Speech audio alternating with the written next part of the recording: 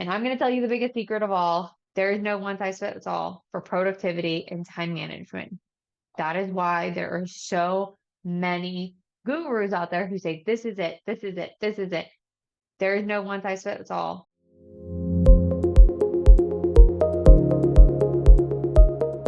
I'm so excited for you to join us today on Behind the Scenes. Today, we're going to be talking all about maximizing productivity and conquering the clock. I'm your host, Emma Farrick, and we're going to dive headfirst into all of those time management tips and productivity tips. And we're going to talk about it from the perspective of online entrepreneurship and balancing motherhood. So in this fast-paced digital era, I get that time is a precious asset that we have. And as online entrepreneurs, and mompreneurs, we are juggling multiple tasks with multiple deadlines and goals, not only in our business, but in our homes and with our kids as well. It can leave us feeling overwhelmed, burnt out, and most of all, scatterbrained. If you're like me, you feel scatterbrained all the time, especially now that I have pregnancy brain. But in today's video, we're going to talk about practical tips and tricks that you can implement right away today to optimize your day-to-day life, your to-do list, and reclaim your precious hours. Can you imagine feeling that you've actually accomplished something, you've conquered your to-do list, you've met your deadlines, and you feel like you actually have time for what matters most, your kids, your family, your activities, your hobbies, and you're actually achieving your business goals rather than constantly feeling like, I didn't get enough done today, I still have more to do, because that's where we're going to go today. And I'm going to share some lessons learned from my journey in the past 3 years of managing myself, managing my time, managing remote teams times, as well, because it's all within reach. And I'm here to equip you with the knowledge and tools you need to make it happen. Make sure you like and subscribe to our channel for more tips on productivity and team management for your online business. So we're going to just dive right in now. And I'm going to tell you the biggest secret of all. There is no one size fits all for productivity and time management. That is why there are so many gurus out there who say, this is it, this is it, this is it. There is no one size fits all. There is no secret answer that someone's going to sell you that's going to work for you. So you can stop looking for that right now. That's not what this video is about. If that's what you're looking for, you could go somewhere else, because I'm going to give you the honest truth that it really comes down to your mindset, consistency, and finding what works for you. So today we're going to talk about tips that I have found that work for me and have worked for my clients. And we are also going to talk about just time management in general, because that is something I see a lot of entrepreneurs struggle with, is especially going from corporate to self-employed. They struggle with managing their own schedule, their own work time, and they struggle with having the kids home. So you can hear my kids are in the background. They struggle with managing and finding that balance between work and home. And that's something that's been a topic for a while since COVID happened. But we're going to talk about it today from a perspective slash an ops perspective with your business, so that you can manage both yourself, your family, and your team. If you're a solopreneur watching this video, you need to master these. That's something that I struggled with at first. And one of my hiring mistakes was I didn't know how to manage myself before I started trying to manage a team 2 years ago. And it was disastrous. You need to learn how to manage yourself and manage your time before you can grow into a team leader who manages others. So here are some tips and ways that you can apply them in your business. First tip, and a lot of this stuff is going to overlap with what we do with clients because it's so crucial, and it does impact every business that we work with. So to have productivity and effectively manage your time, the first thing is setting clear goals so that you can have a plan.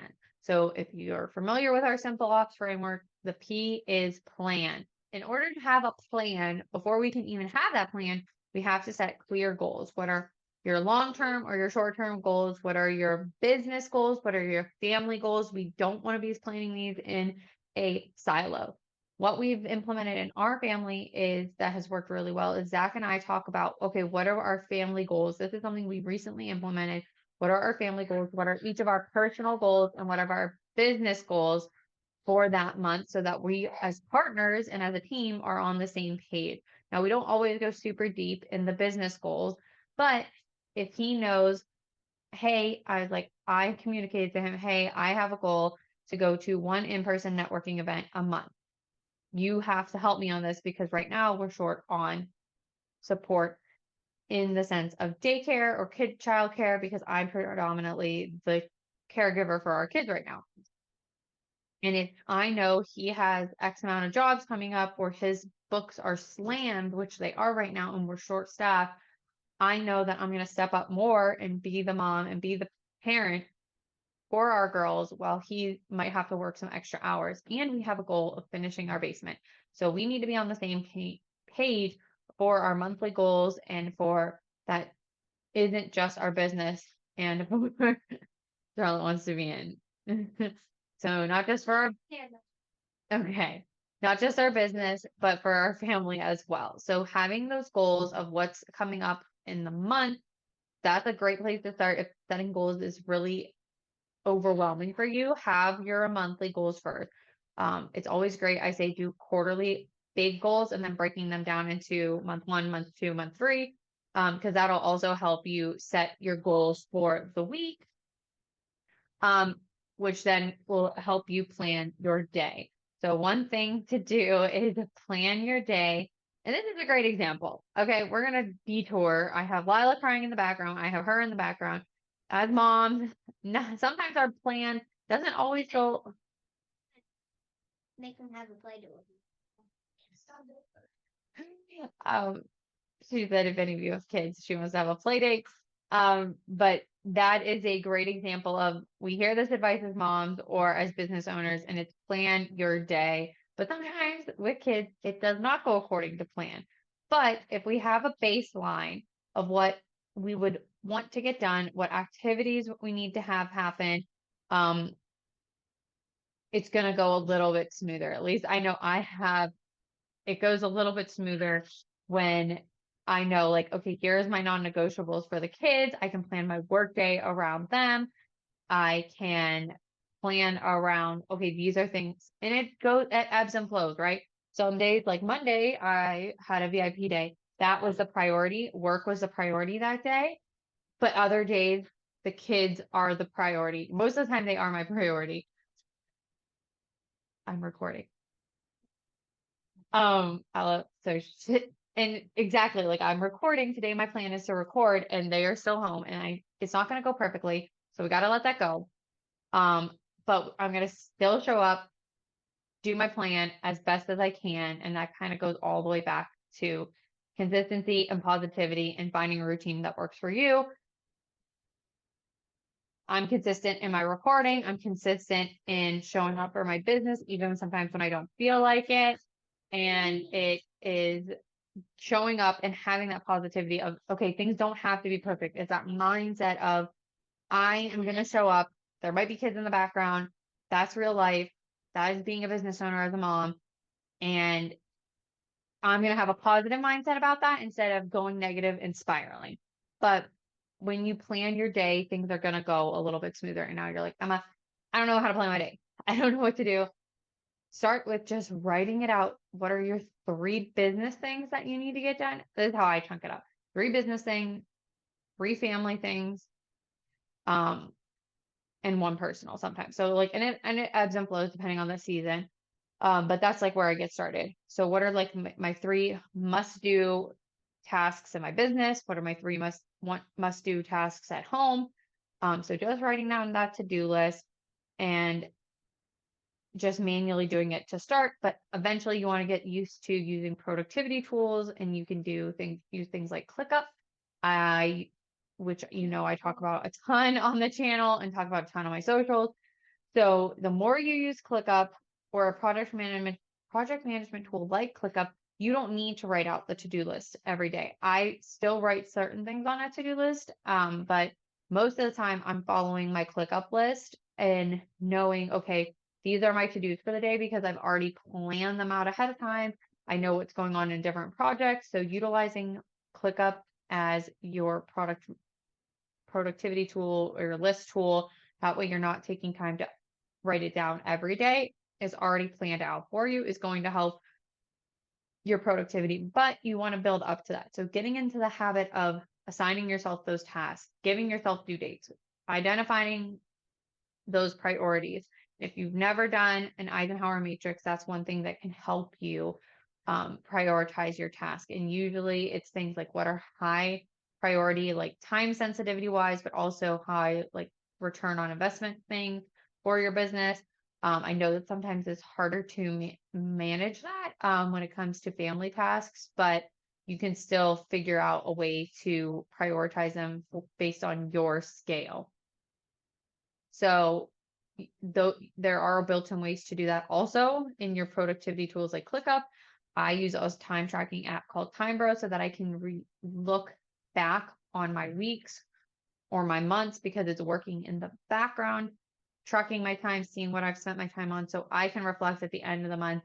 Okay, here's where I might have been wasting some time. Here's where I could have been a little bit more efficient, but that is something you can do down the line. So using those tools like ClickUp or a digital planner or a digital notebook will definitely help because I know paper and pen can get lost and sometimes you don't have those. With ClickUp or an online tool or cloud-based software, you can have it on your phone, you can have it on your computer, so you're not going to feel lost without it.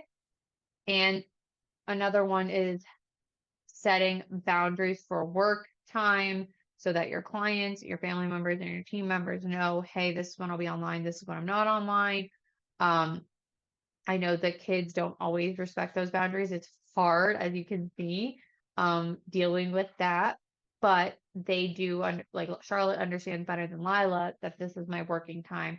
So I sometimes have to be flexible with that. But now that we've gotten into a routine, Lila is a little bit easier to manage. So she's actually supposed to be going down for a nap here soon. That's why you hear her crying. Her routine is she's going down for a nap. I got stuck doing work stuff this morning before I hopped on to record. So we're just rolling with it. And I know that I'm going to go get her here soon. But the more I can set up to my team, hey, these are my communication times. This is the boundaries that I'm setting. It's going to be easier and you're going to get better at it. You just have to start somewhere with your boundaries and then trying to eliminate your distractions, especially with ADHD entrepreneurs, as I am one of them. I have to turn my phone off. I have to put it somewhere else. And when I know I'm setting those boundaries for client work, I'm going to help eliminate as many distractions as possible so that I can do that deep work. And for me, sometimes that means I'm time blocking bigger, deeper analysis work or strategy work after the kids go to bed because I'm not defined by a 9 to 5 schedule. I don't need to be. I think a lot of entrepreneurs think they have to work in that 9 to 5 time. You don't. Work when it is better and more efficient for you because I know that I can get more done between 9 and 11 p.m. if I put my phone away and lock it in the bedroom and put my headphones in and put some focus music on. I can get more done in those 2 hours than I can in a 6 hour time frame during the day with the kids. I don't work well in the morning, I know, and some people love that. If that works for you, great. Do it in the morning, do 5 to 7 or something. But for me, I found that with my kids, if I wake up early, they're waking up early and that throws the whole day off. So we just don't do that. And then that comes into play the time blocking. I'm very big on time blocking. I use my Google Calendar for this. I set chunks of time for like client work, my business, personal life. Those are the big time chunks that I will set it up. And then I will use my ClickUp to go in and get more specific on what am I doing at that time. So when I know I'm going to be doing client work, I'm in my client list, I'm in my client dashboards, I'm in my client workspaces. when I'm doing content creation, I'm in my content calendar, my content planning list. So I know what's going on those days. And I know I'm going to assign myself content tasks for Wednesday. I'm going to assign my CEO tasks for Friday. So having that standardization, and that's another part of the framework that we work through with clients is the S, setting standardization so that things become more predictable. It's not as overwhelming for you and your brain doesn't have to work as hard. When it comes to planning out your day, planning out your week, and constantly feeling like, oh, I'm not getting enough done, because I've been there. I constantly feel like I used to feel like I wasn't getting enough done, but I also wasn't being realistic with myself. So I would block, I would say that I'm going to do this, this, this, and this, but not have set time boundaries or time block sessions. And then I was like, why am I not getting anything done? Oh, that's because I was trying to do plan out 5 hours client work, 5 hours of this, 5 hours of that, and I wasn't planning my day appropriately. And then two other techniques that work really well. I'm really bad at these techniques. I will admit that they work is the Pomodoro technique. And now Lila's in here, so my recording has gone to craziness. But taking the Pomodoro technique and making it work for you is a great idea. So they say working in 25-minute intervals with short breaks in between. But you got to tweak it and work for what works for you. I know that I work better in hour stints because I'm very like deep focused with my work. So I don't like the 25 minutes. I like an hour and then like a 15-minute break. So taking a break and I will then do something with the kids, or I'm going to get that. Like, I know like around noon, 12:30, taking a half hour break for lunch. And then there will be times that I break routine. And this is a dopamine hack that I've learned from my coaches, because being ADHD, if my nervous system is overstimulated and I'm just frazzled from too many interruptions, I'm overstimulated, I'm going to go outside and take a break or close my eyes and ground myself and do a 5-minute breathing exercise. So taking breaks is going to help you avoid burnout, and it's going to allow you to refresh. So you're not just pushing yourself to the limit and feeling that burnout. And then a few more tips. We're almost done, I swear. Are automating and streamlining processes, which we've talked about. So I'm not going to deep dive into this video about that, because we do talk about improvement in the Simple Ops framework. But automating your processes when you identify those repetitive tasks and how can we make our processes better, it's going to help you for things like social media scheduling, email marketing, just allowing you to do your business in a more efficient way. And there's ways that you can also do this for your family processes and your family systems. Like for us, I know on Sundays I'm meal planning and I'm going to the store and I'm making sure that we have our meals identified for the week, because it's going to make our week go smoother. We're going to eat healthier. It's going to save us time and money just all around. So there are ways that you can do this and apply systems like this. It doesn't have to be high-tech systems within your own personal life, to help manage your family and manage your house, because I get it. It's hard to do that. And delegate and outsource. We talk about that a lot.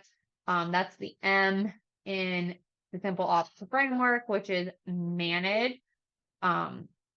But being able to outsource and delegate things to free up your time for the core pieces of your business and your zone of genius are just going to also improve your productivity, because one, you're getting out of the things that aren't best for you. So like, I know I hate YouTube editing. I hate making the graphics.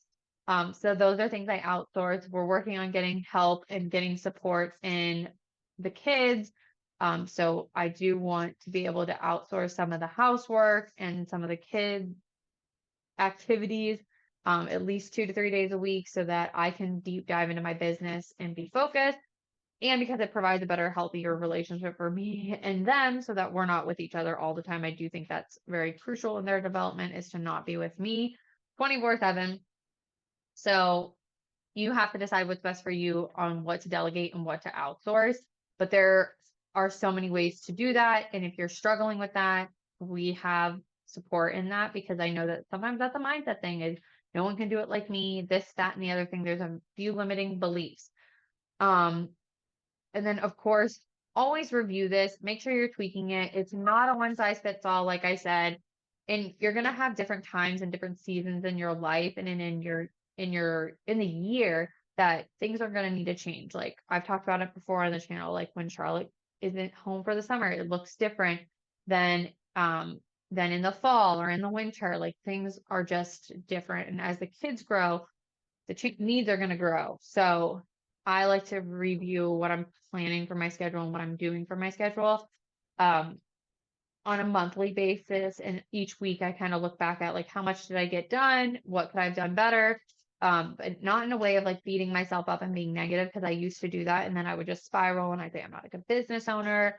I'm not doing enough. I'm not a good mom. But instead, I just tweaked what I was doing, was a little bit more realistic with my to-do list, and I decided to take a leap and delegate a few more things, because I knew that that was going to help grow my business and provide me the best return on my investment. So if you can't hear it in the background, Lila is throwing things apart. So I'm going to end this recording here. Those are some tips for time management and things that I have found that works for me.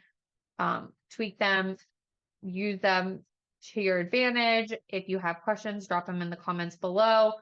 If you're not sure where to go or you need help with streamlining and automating and delegating, feel free to check out our Back Pocket Ops membership, because we have trainings in there that are related to that. And you can get one-on-one